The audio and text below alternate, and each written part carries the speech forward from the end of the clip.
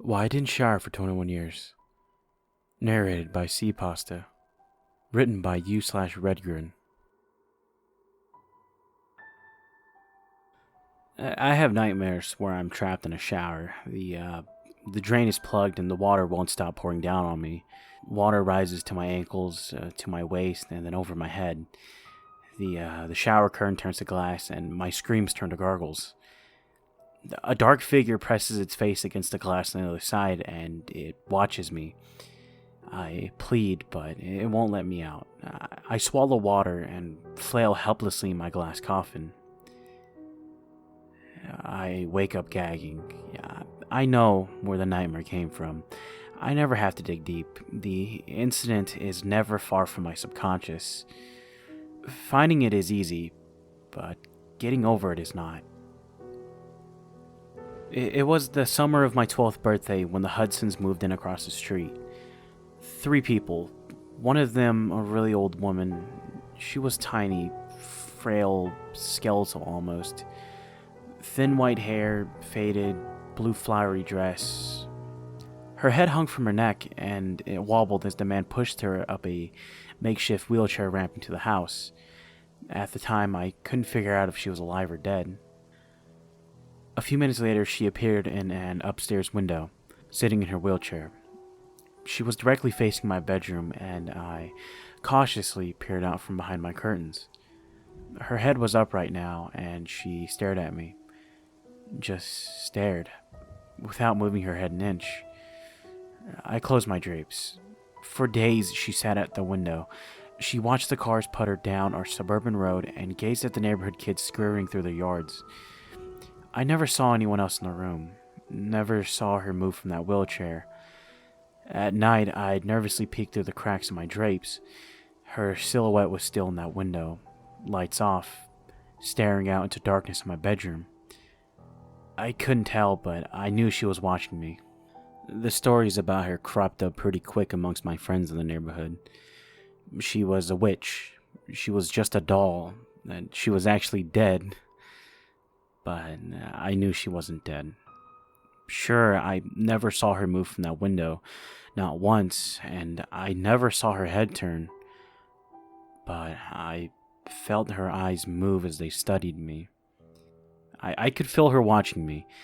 All alone in my bedroom, in the middle of the night with my drapes firmly shut, I'd wake up and shudder. Her eyes were on me. I just knew it.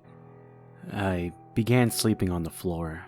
The lower I was, the better. Maybe she couldn't see me if I was on the floor. I told my parents that the old woman across the street was creeping me out.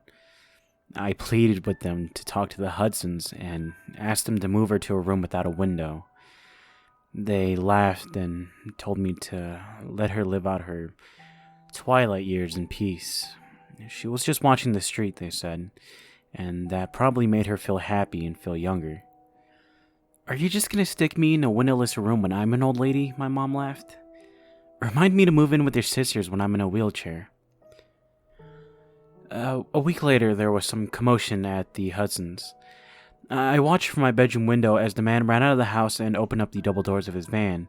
He jogged inside, and he reappeared minutes later, pushing the old woman in her wheelchair down the ramp. She looked frailer than before. She couldn't have weighed more than 70 pounds.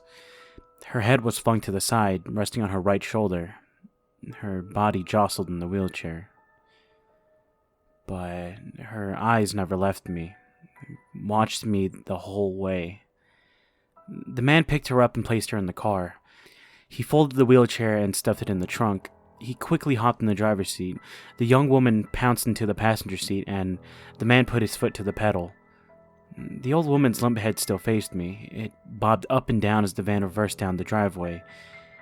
I studied her face. It was expressionless, emotionless. Her tongue slightly hung from the right side of her mouth, but her eyes were on me, and they stayed on me.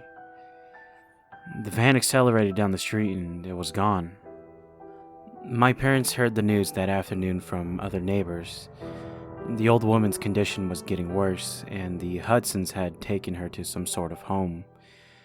She wouldn't be coming back. I went straight to my bedroom, and I looked across the street. I smiled. Her window was finally empty. The Hudsons didn't come back the next day. No van. That night I looked out towards the old woman's window. There was no one there, no wheelchair, but the bedroom light was on. I remember telling my dad I thought it was strange, and he just shrugged and said, "Must be on some sort of timer or something." I woke up in the middle of the night and nervously peered out my bedroom window. That bedroom light was still on. It suddenly flicked off, and I ducked below my window frame. I slowly rose and looked out, expecting to see the silhouette of that tiny, skeletal being. I watched for 10 minutes, pinching and straining my eyes. Lights quickly flickered on and then off again. I slept on the floor again, clutching my pillowcase. I had a late baseball practice the next evening. When I got home, my house was empty. My parents were at my little sister's softball game. I headed to the shower to rinse off. About 3 minutes into my shower, I felt cold. The hot steam was escaping the bathroom somehow, which didn't make sense because I had the door shut. I wiped the shampoo from my eyes, turned my head, and I heard a strange noise that would haunt me in my nightmares for years. The metal rings of the shower curtain being dragged across the shower rod. Someone was slowly opening the curtain. The shampoo stung my eyes, and through the stinging I saw a dark figure behind the curtain. Long, pale, bony fingers gripped the curtain as it slowly opened. I instinctively backed up in the shower, and the curtain opened completely. There stood the old woman. I must have only looked at her for 1, maybe 2 seconds, but at that moment, time stood still. All these years later, I can still draw you a vivid picture of the horrifying image in front of me. Disheveled white hair, crazy in her eyes, bones jutting out from under her stretched skin, stark naked, blotchy skin, warts all over her body, skinny breasts hanging down to her waist, hair where I didn't know people could grow hair. She smiled grotesquely, and I felt the shower towel against my back and the hot water pound my face. In her other hand, the old woman held a letter opener. "August," she mumbled. "August, August, August." I leaped past her, knocking her tiny body to the floor. I ran downstairs, naked and sopping wet. In my panic, I somehow remembered I was nude, and I yanked a pair of shorts out from the hamper in my laundry room, sending the hamper crashing to the floor. I hightailed it on foot down the street, eventually winding up at my friend's house. When the police arrived, they found the old woman, crumpled to a heap in the bathroom. The shower was still running. The policemen were all really nice to me, admiring me for my bravery. I told them what she said to me, August, and asked if they knew what she could have meant. It'll be August in a few days," one of them shrugged. "And you can never fully understand old and crazy, son." The Hudsons only came to our street once more to retrieve their stuff. The for sale sign was up in days. My mom told me they couldn't face the neighbors for what happened. Apparently they had taken the old woman, the man's mother, to a special home downstate. Somehow, some way, the woman managed to escape the home and caught a bus back to our town. It never quite made sense to me. She was so old, so frail, and so helpless. She could barely move those weeks she lived at the house. How had she managed to travel hundreds of miles on her own? Anyway, you can imagine what this did to me. I didn't shower for those 21 years. I took baths, which I suppose aren't that different. It's still a tub and it involves hot, soapy water, but a shower with its closed curtains, water peppering the tub floor, and steam climbing the walls. You get lost inside your own head in the shower. Thoughts consume you, and it feels so utterly safe. For a few minutes, you are alone from the world. It's your own private, misty kingdom. But that's what makes the shower dangerous.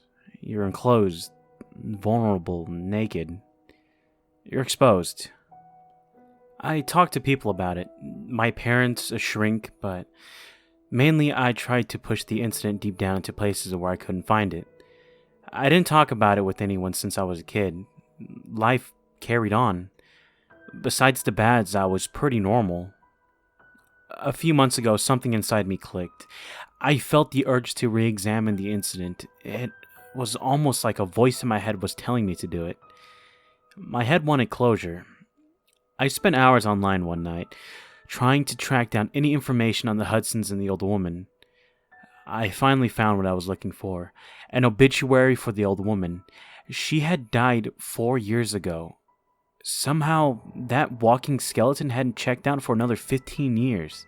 The obituary photo was a black and white picture from when she was a young woman. It was a photo of her and her deceased husband on their wedding day. His name was August, and he looked exactly like me. I closed the browser and stared at my computer desktop for 10 minutes. It finally made more sense why she called me August. Why she was obsessed with watching me. Maybe she used to write letters to her husband, and that's why she was clutching the letter opener that night. For a small moment, I felt a little better. Things always feel better when they make more sense. Honey, is everything okay? It was my wife. I think so, I said. I took the first shower I had taken in years that night. I didn't even jump when the curtain rungs dragged across the shower rod and my wife entered. But as she embraced me under the hot water, one question wouldn't leave my head. How come the young woman in that wedding photo looks exactly like my wife?